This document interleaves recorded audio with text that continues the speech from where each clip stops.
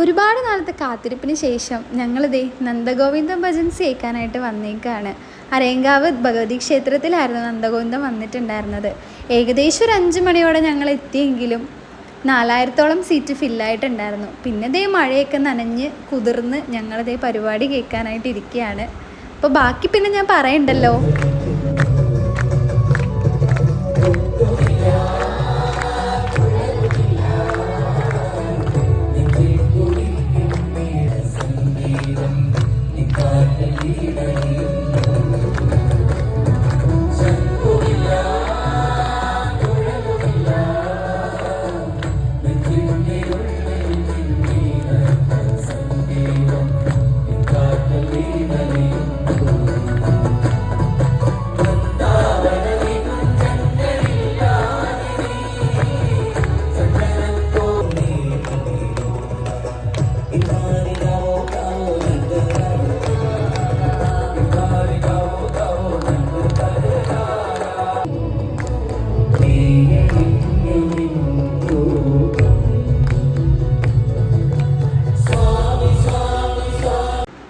അപ്പോൾ ഇതേ പരിപാടിയൊക്കെ കഴിഞ്ഞ് ഞങ്ങളിതേ വീട്ടിലേക്ക് പോവാണ്.